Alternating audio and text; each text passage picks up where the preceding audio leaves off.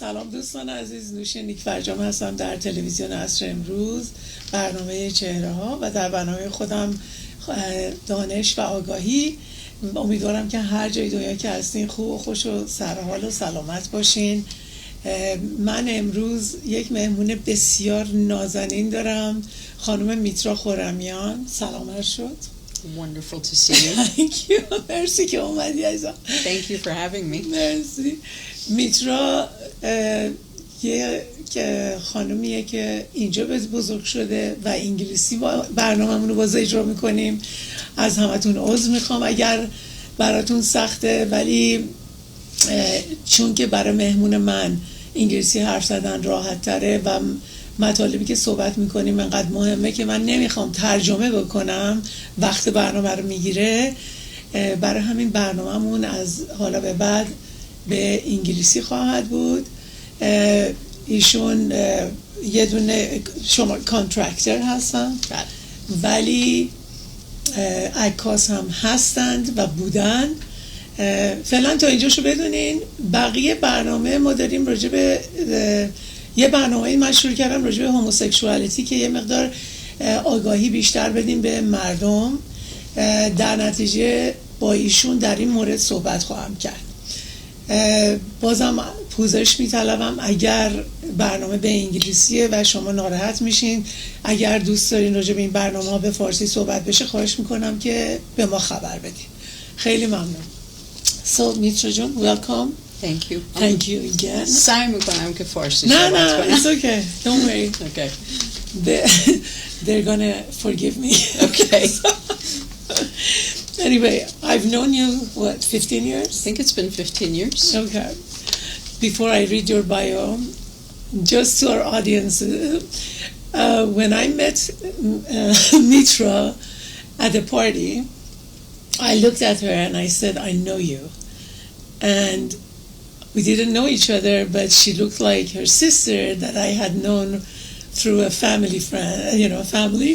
So I think we clicked from the beginning. Yeah. That was my feeling. It was I instant. really liked you from the beginning. Likewise, it was instant. Yeah. So I'm very happy that you're here. I'm going to read your bio, and then we're going to start asking you questions. Okay.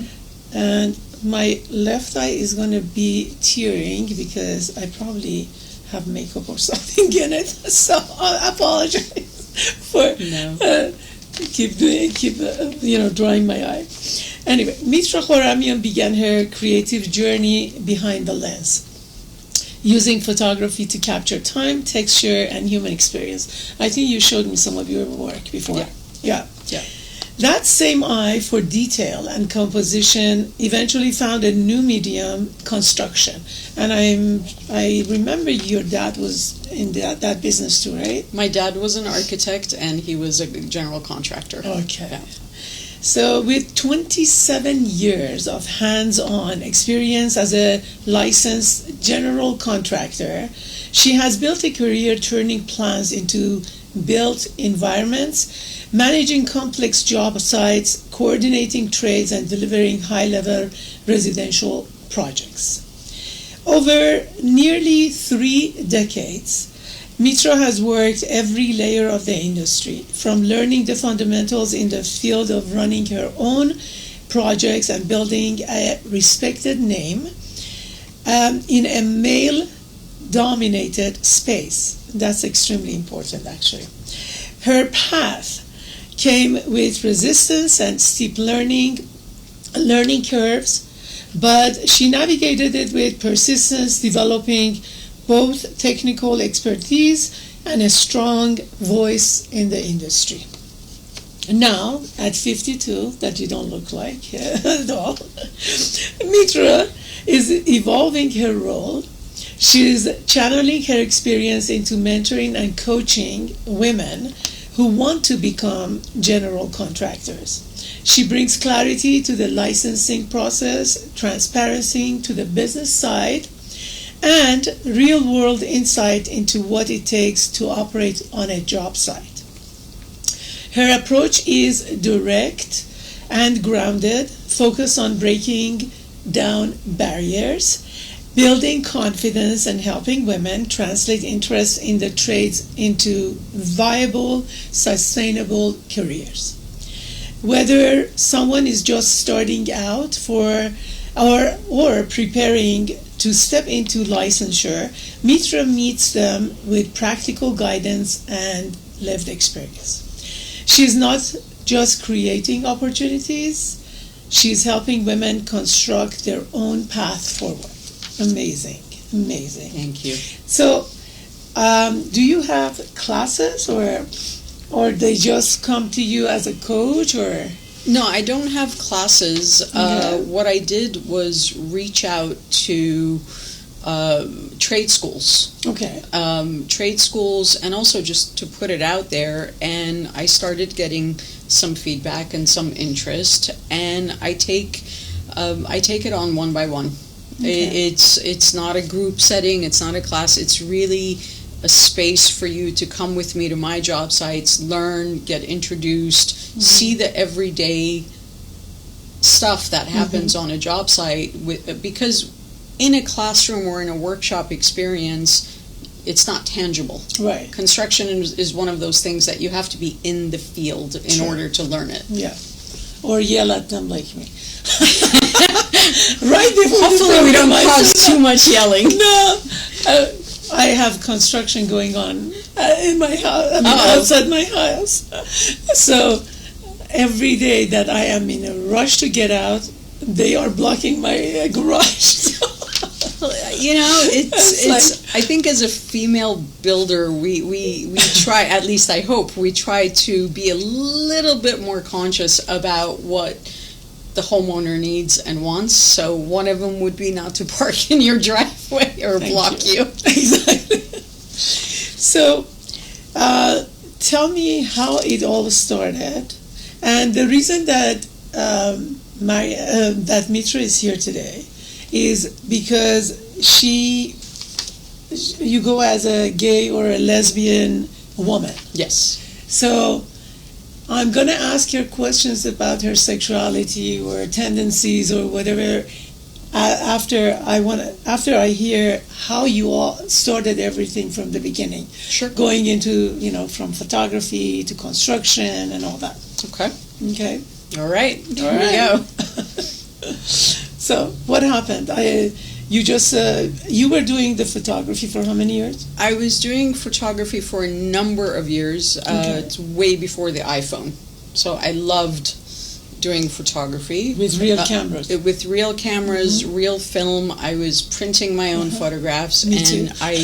The dream was actually to one day photograph for National Geographic. That was the dream. Did you?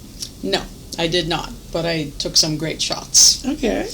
The arts are a very funny business because my experience was that as soon as you try to make a business out of it, you lose your passion for it because it becomes how much money do I need to make in order to pay my rent. That's right. So I lost a little bit of my drive for it, and in between work, I went to work for a friend of mine who was at a construction company. Okay. And it was like Legos. I started putting the pieces together. And one of the things that was really apparent was, the thing that's missing in construction is transparency and communication. Those were two very easy pieces for me to fill.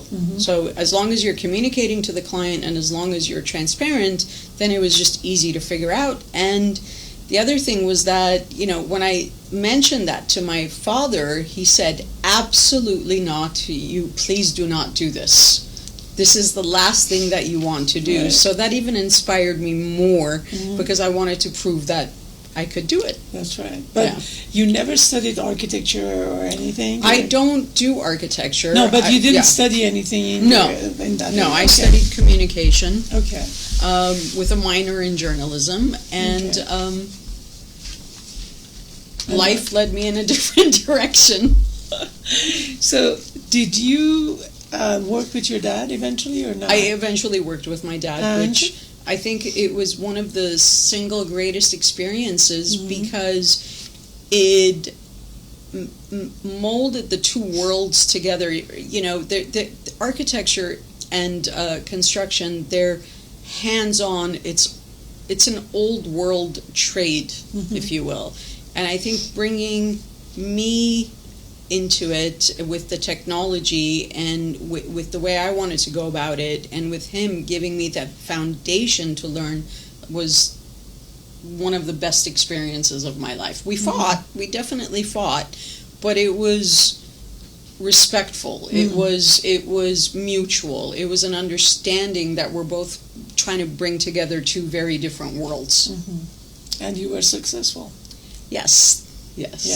So when he passed away, you took over his company, or this is your company? This is my company. Okay. My dad had essentially had retired from large projects, but still wanted to work, and there was an opportunity for us to work together. So we decided to work together. Okay. Yeah.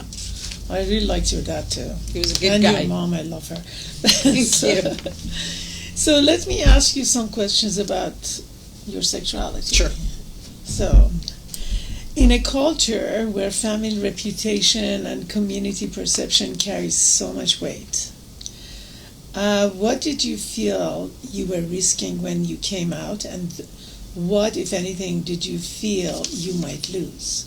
But before you answer that, when did you find out that you have tendencies to the same sex, not the opposite sex? Well, I knew I was different since probably consciously at the age of 11, 12.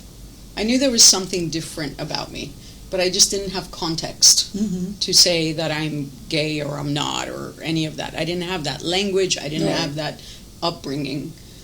In high school, it became a little bit more relevant, because even though I didn't know, I knew that there was, again, something different, because I would formulate these like close friendships with friends, and when they would go out on a date with a guy, I would get upset, and I didn't understand why.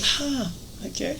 And when I got to college is when I realized that, oh my God, this is, having, your first encounter in college and all of that. I had my first physical experience when I was in college, and that's when I realized that, oh my God, this is what this is. Yeah. Apparently all my friends knew, but I didn't know. They did? Well, they didn't tell me, so.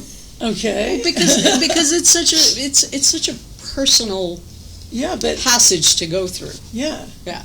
So they were kind enough to create the space for me to be comfortable in order to come out. Okay. And did you date any guys? I did date. I liked guys, but there was always obviously something missing that was not there for me, that I could not feel with a man. It just didn't feel right. I don't know how to explain it. I just know organically it wasn't for me. I had the same question with my other guest here, Arya Marvaz. Yeah. And he said exactly almost the same thing. Yeah, it's you intuitively know what feels right or if something is off, especially in an intimate physical way. It's just like any heterosexual person would know. So what age did you come out, basically? At what age? I think I was about 20, I want to say about 24, 25. And I was in a very, very dark place. I did not think that I was going to make it. I thought a lot of things, my family's going to disown me, no one's going to talk to me, everyone's going to go away. But I wasn't ready to end everything. And I remember one weekend I decided to write a letter to my sister. And I specifically wrote a letter instead of emailing because I knew the mail would take a lot longer than emailing. And she was actually, when she received the letter, she showed up with the most caring, the most human. She put the fear aside, which allowed me to want to come out. So she was the first one? She was the first person I told. If she had not shown up that way, I would not be here. And she's older than you? She's a year and a half older than me. Oh, that's it. You're almost like twins. Yeah. Yeah. Okay. Yeah. And then it was friends or parents? Then it was friends. For a long time, it was friends. And then eventually parents. Some friends, were incredibly supportive. Some were absolutely not. There's that whole... it was a time, I don't know if it's still happening now, but it's that time where, some friends would say, I really love you, I care about you, I want to get married, and I'm just wondering what this is going to do to my reputation. Are they going to think that I'm gay? I'm not gay if I hang out with you. So there was a lot of maneuvering and loss and hurt and understanding through that situation. It was because I hadn't changed as a person. I'm gay. But as I started seeing some friends kind of leave and not be comfortable around me, it became apparent that not everybody is going to be understanding of my sexuality. So they didn't invite you to their weddings? Some did, afraid. Some didn't. Oh my gosh. It was definitely a journey. There's a lot of pain, but there was also a lot of good friends who stood and who just took me in and open arms, no questions asked. I think I had the best of both worlds because both of those circumstances taught me how I want to handle my life. That's right. So when you told your parents, which one was more acceptive? I think my dad. I never had a conversation personally with him. It was just kind of understood. I remember my mom and I talking, and she just, she was saying how maybe this is a phase. She didn't know what to do with it because it was all so new. And I remember for years when, at that time Ellen was DeGeneres. Ellen DeGeneres she had her own show, and I remember I kept putting the show on for us to see, and I remember my mom would say, "خب چرا انقدر باید اعلام کنه?" Why should they announce it? Why does she have to announce it? Right. And it would bother me. It would bother me, but but eventually when I came out and I explained to her that as a gay woman, we ourselves are trying to get comfortable in who we are because we've been closeted or wanted to be in the closet for such a long time. And so being Iranian Jewish, that's another thing. Yeah, it's I've got the Iranian part, I've got the Jewish part. I'm like, okay. So my saying that I'm gay was a part of my journey for me to be able to own it.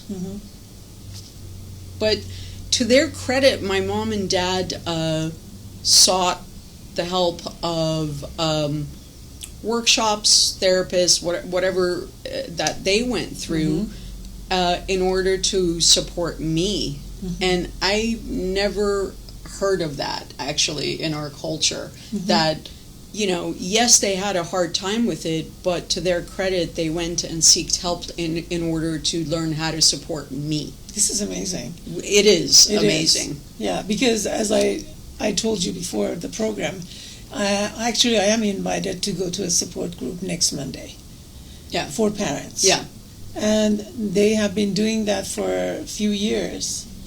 So I think it's an incredible... Yeah, I want to see what's going on. Yeah. And, how we can help other parents to accept this fact that this is my son or daughter and this is the way they're going to be living this time in life. Yeah.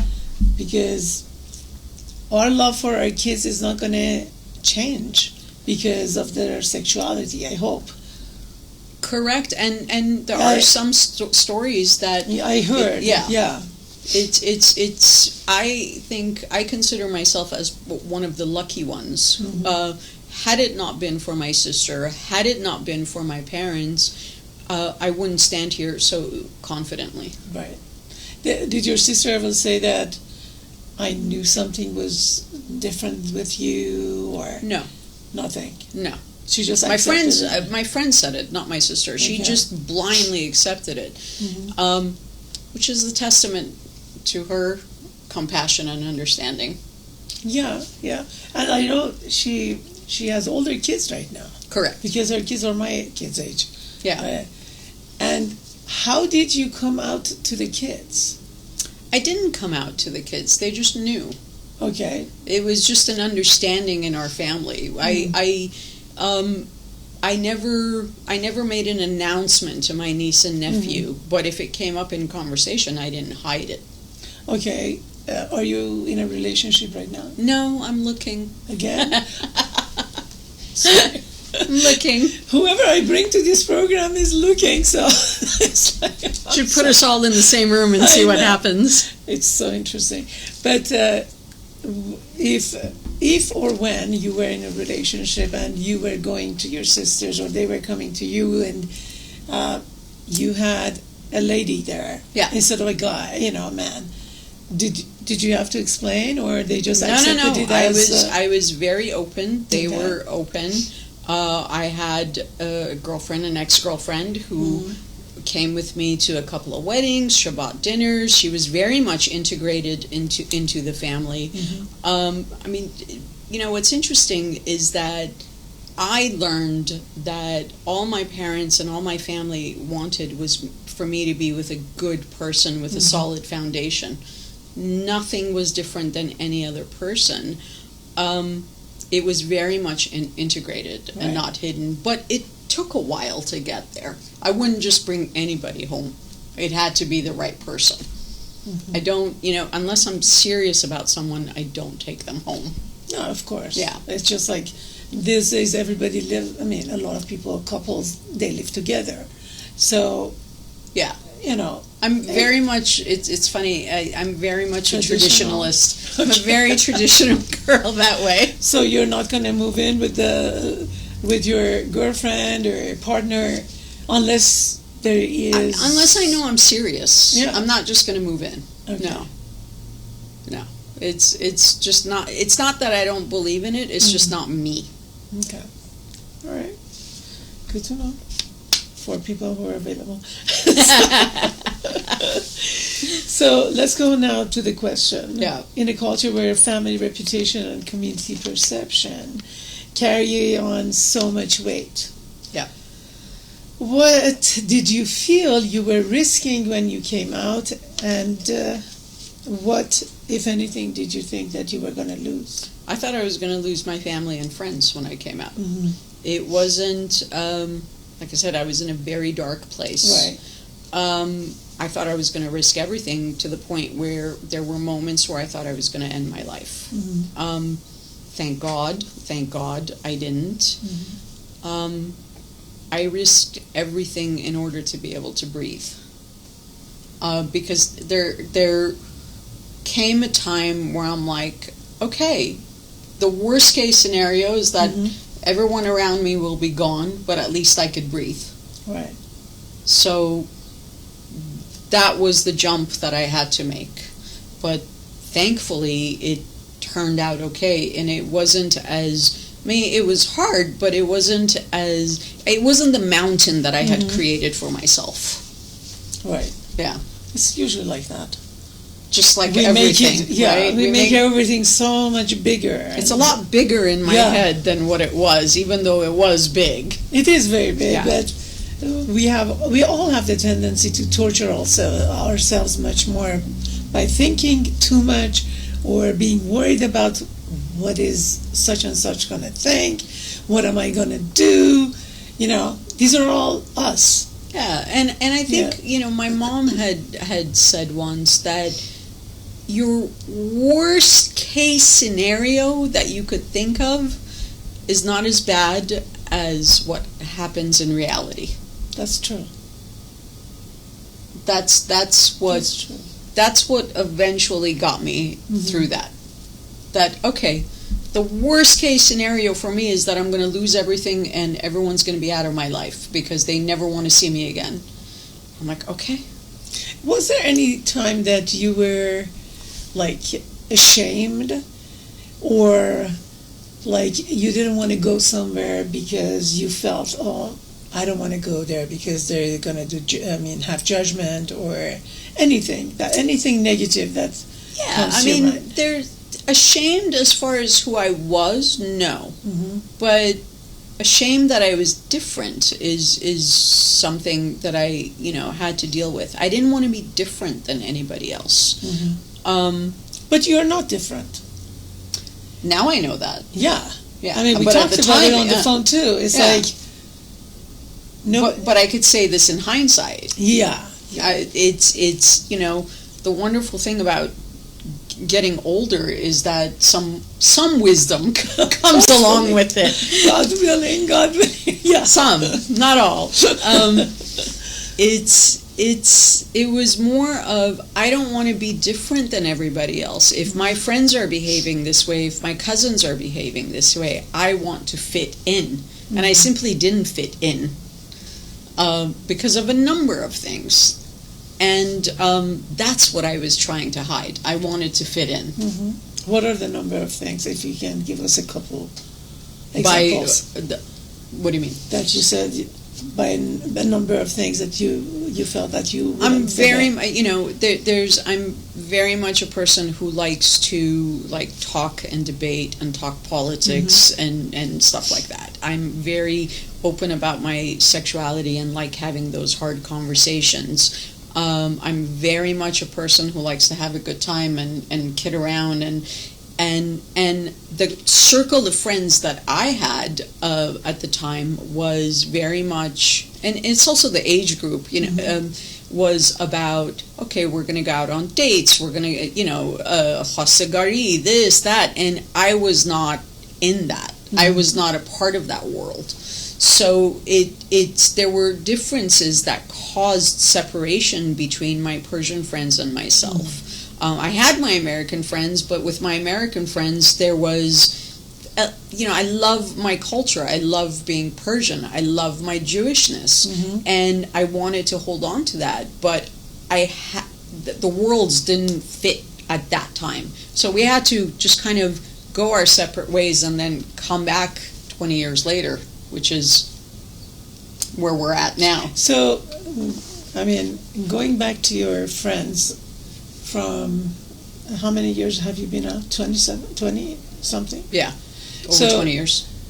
Do you see any of them that... Yes. The ones that they said, I don't want to be your friend at this time because I want to get married or whatever? They never said, I don't want to be your friend. I mean, indirectly. Indirectly, they had this fear that, that their chances of getting married would be lessened if they were seen with me. Jesus. Okay. So, it's how do you navigate that?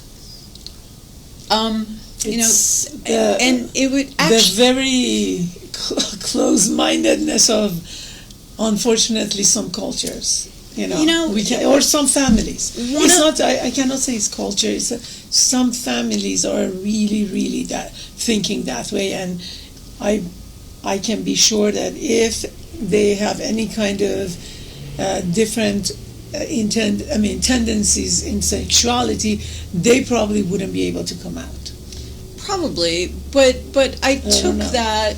I took those words and I took that, and I learned about meeting people where they're at. Right. Because they're operating out of fear. Yeah.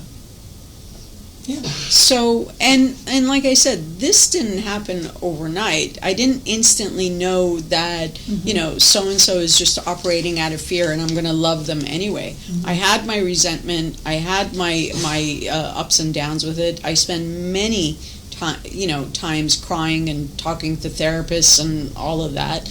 But I came to a place where I'm like, I if I want compassion and I want the same respect, I have to exactly give the same thing in order to get what I want. So therefore, I'm going to be a compassionate person. I'm going to be an understanding person in order to get what I want. Right. So I think ultimately, in hindsight, it turned out to be one of my bigger lessons about how I want to operate as a human being. Is that you meet people where they're at. That's right. And show nothing but respect and compassion. And you do that at your job too. Yes. Perfectly. So, was there a moment where you felt you were living two parallel lives?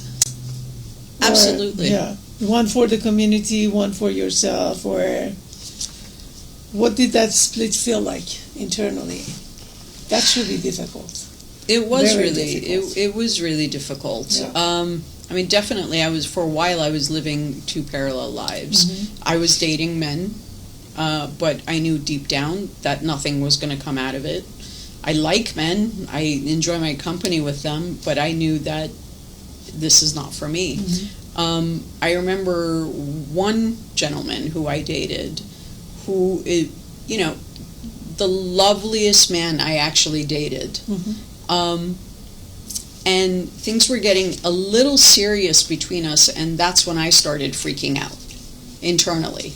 Because up until the time that it's not serious, it's okay. Right. But then when you're bringing somebody else's life into your lie, that's when it's not okay. You can't mess around with people. And I had to in that time frame make a decision of who do I want to be as a person? What do I want to do? And to live that was very difficult to maneuver. I cared about him deeply. I respected him, respected his family, and I could not put him through that. To put him through a lie. So, what did you tell him? I didn't tell him anything, Okay. but I created a situation where we broke up. Okay. Yeah, that was the best way that I knew how to handle it at that time. I wasn't courageous enough at the time to say, by the way, I'm gay. It wouldn't roll out of my mouth at the time. No, they would accuse you of wasting their time. Exactly. Why did you come up with me? And when I dated him, it was we had a great time. But again, when things get serious is when the brain kicks into high gear, and you're like, "Oh my God, this is getting serious. Yeah. We need to do something about it." So you couldn't keep him as a friend? No, I would have liked to, but it didn't work out that way. I hope he's doing fantastic wherever he is. So let me see. How did your relationship with your identity as a Persian Jewish woman evolve after coming out? Did it deepen, fracture, or transform in any unexpected way? I think when you're integrated, when you feel like you could be yourself and you don't have to hide anything, it deepened my relationship with my culture, because I could walk into a space and just be myself. I could enjoy it instead of worrying about, what so-and-so is going to say about me, or what are they going to think about me. With my Jewish culture, it didn't really have an effect on me. Okay. I wasn't, how do I say this? I was always proud being Jewish, but I never thought about it. It was just something that's a part of me. We would do Shabbat dinners and the high holy holidays and all of that. But it was just not something that I thought about until October 7th happened. Oh. And that became important to me, where now if I do want, if I meet someone, I would prefer for them to be Jewish. That became important to me. So that was difficult to maneuver and handle, because a lot of things you don't know. That's right. You just don't know until something comes up. Yeah, something happens like Yeah. that. Yeah.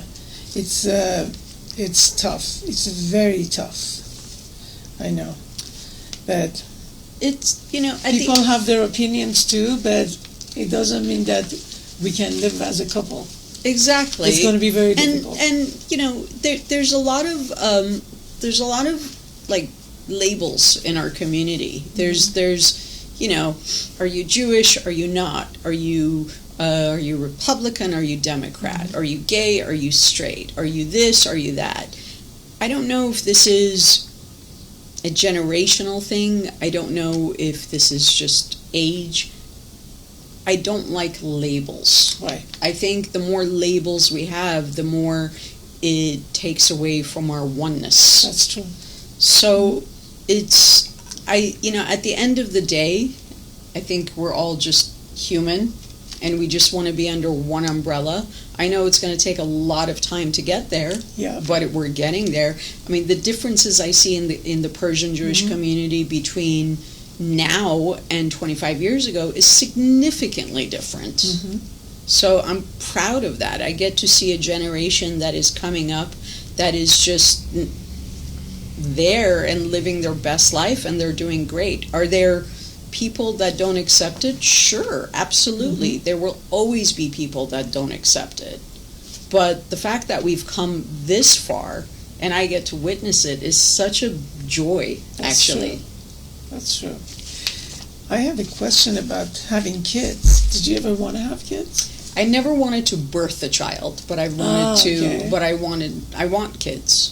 Yeah, I'm at it. I couldn't say that before, but yeah, I do. I think it would be great to meet somebody, whether they're having it or they have one. All right. Yeah. Let's put it out there. Let's put it out there. You're going to be a great mom. So I hope so. And you're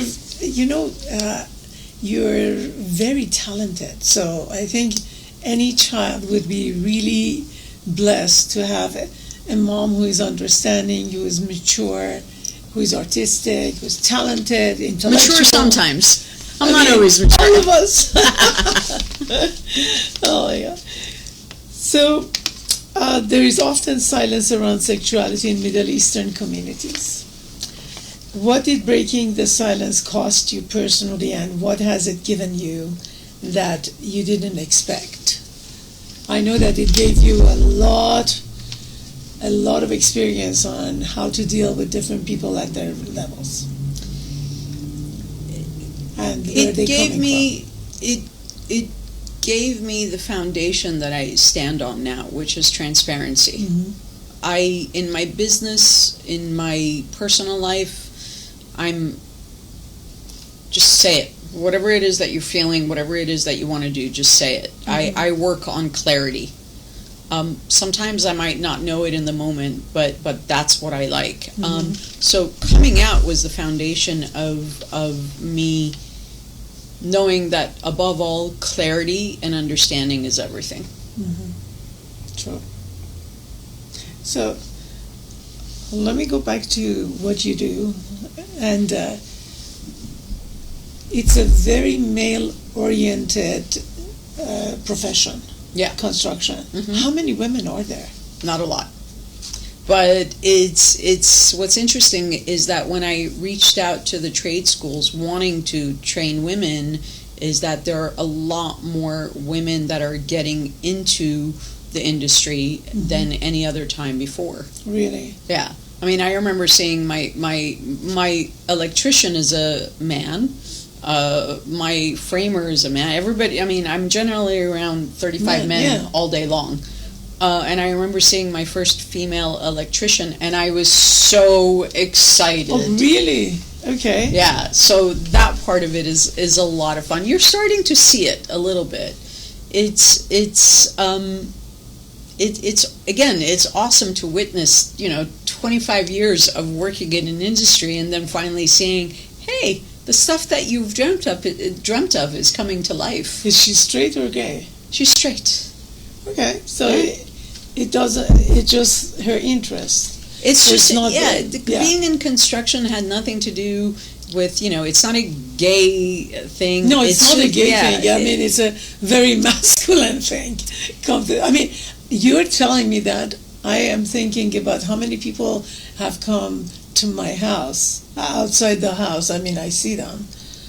The only person who has probably been a woman was somebody who came to, what do you call it, to look at the project and see what's going on.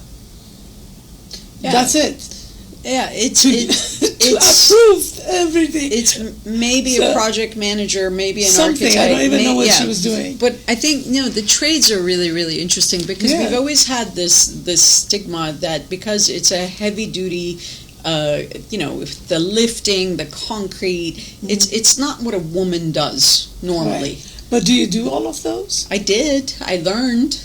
You learned. I learned. Do you do them? Or I did. You have people I dug some ditches. I mixed concrete. I got electrocuted one time.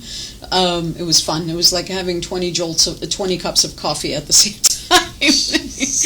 time. I will never touch plumbing. Okay. I'll leave it up to the experts. What have you done that you're not going to touch it? What kind of experience? I think in business, I think where I shine is putting the team together and navigating the project. But I wouldn't have my guys' respect if I didn't know what I was doing. Of course. So, especially because you're a woman. Exactly. So I had to fight even worse. Twice as hard. Yeah. To make sure they knew that I knew what I was talking about. That's true. I mean, I remember one time I wanted to use a new structural steel guy for a project that I was building, and this is an older gentleman with an old license, and he comes to the job site. I'll never forget this. He comes to the job site and he looks at me. He's like, "Hey." I'm like, "Hi," and he said, "Where's your boss?" And I'm like, "You're looking at her," and he said, "This isn't going to work," and he just left. Oh my God! So, it humbles you. It teaches you.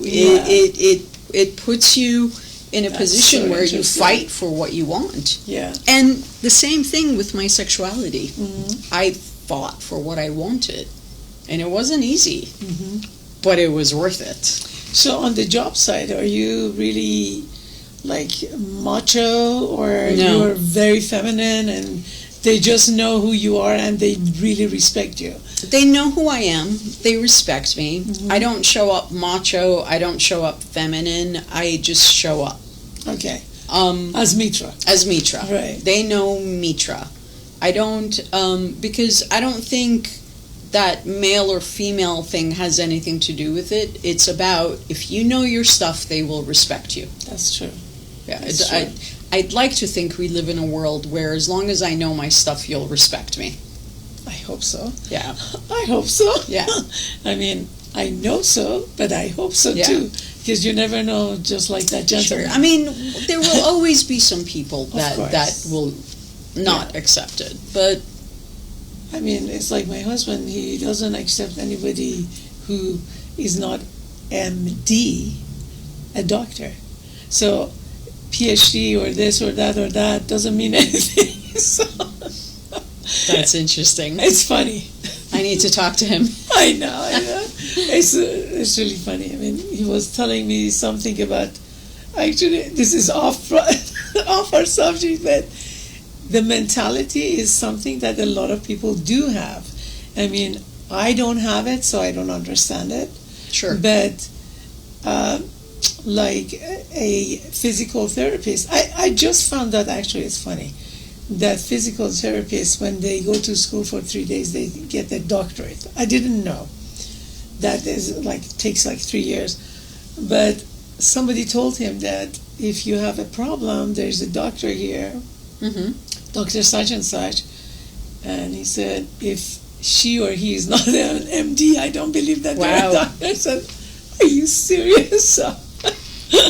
That was cute. But that was funny. We do, I mean, I'm pretty sure in your line of business, if they know Mitra is a woman,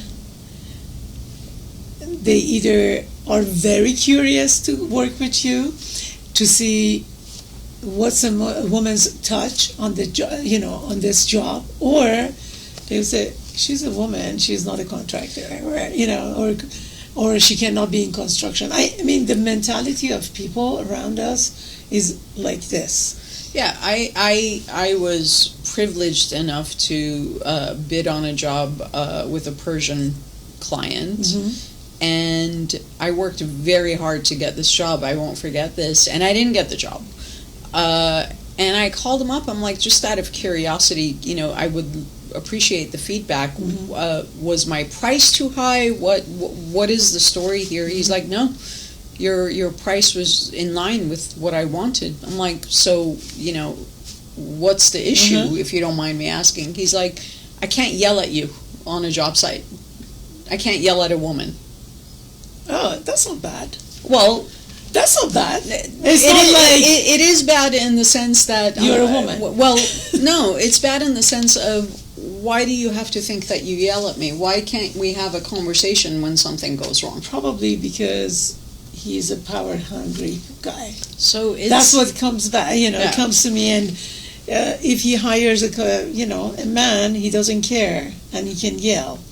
But if he yells at you, it's going to be going under right other stuff. So, Mariam Jun, how much time do we have? 3 minutes. Okay. So, going back to your old job, are you still doing photography? I am. I'm doing, I think, some of my best work right now, but artistically, for myself, it's what quiets my mind.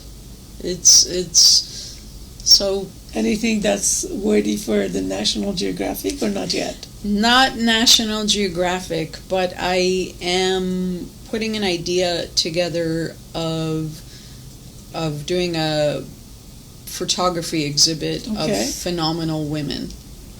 So it's women that have been through something, meaning that everybody has a story. Of course. And everybody could inspire somebody. Yeah.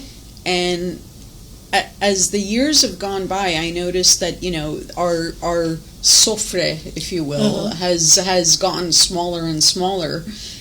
And I would love it as a child when I would hear, stories from my uncles, stories from my aunties, and these incredible stories out of Iran, out of Israel, out of all of these places, and they would share and we would talk about them, and those stories just got less and less and less over the years. And I thought, how cool would it be to photograph women, ordinary women. They haven't done anything extraordinary, but they're extraordinary themselves, and talk about a lesson or a thing that they've learned or something they have done that maybe can inspire another woman. That is amazing. So that's what I'm playing with right now. All right. Yeah.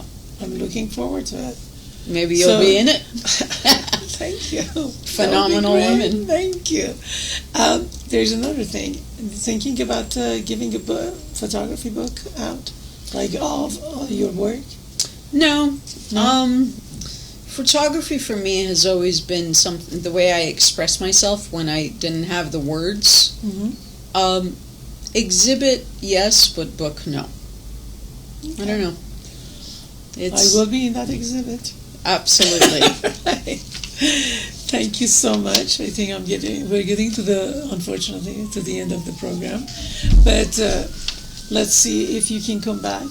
I would love to anytime. For your exhibit, and if we can have you and your mom back. It will be great to see her point of view. Absolutely. And I mean, I always thought that she's very receptive and acceptive and all that. So it was a journey for her, and I think that's the interesting part about the whole story, is that it's not an automatic, oh, I love you, let's go march together. It was just like I had to come out of the closet, she had to come out of her own closet for us to meet. That's true. So that's the journey. All right. I really appreciate you. And you know how much I love you because you've known me for all these years. Thank you. And again, I thank you so much for coming to our program. This program is going to be continuing with different people and some others like Mitra coming back maybe with her mom or, some other people. And if you guys have any questions or comments, please send it to us. If you have any requests for any kind of program, send it to us. And I will, I'm continuing different things this month through mid-June. So after that, I can accept any suggestions that our viewers would like to have. So it's Mother's Day coming. Yes. So I wish all the mothers and mother figures a very happy Mother's Day. Happy Mother's Day to your mommy. Thank you. And everybody else over there. And looking forward to seeing all of you next week. Have a beautiful weekend.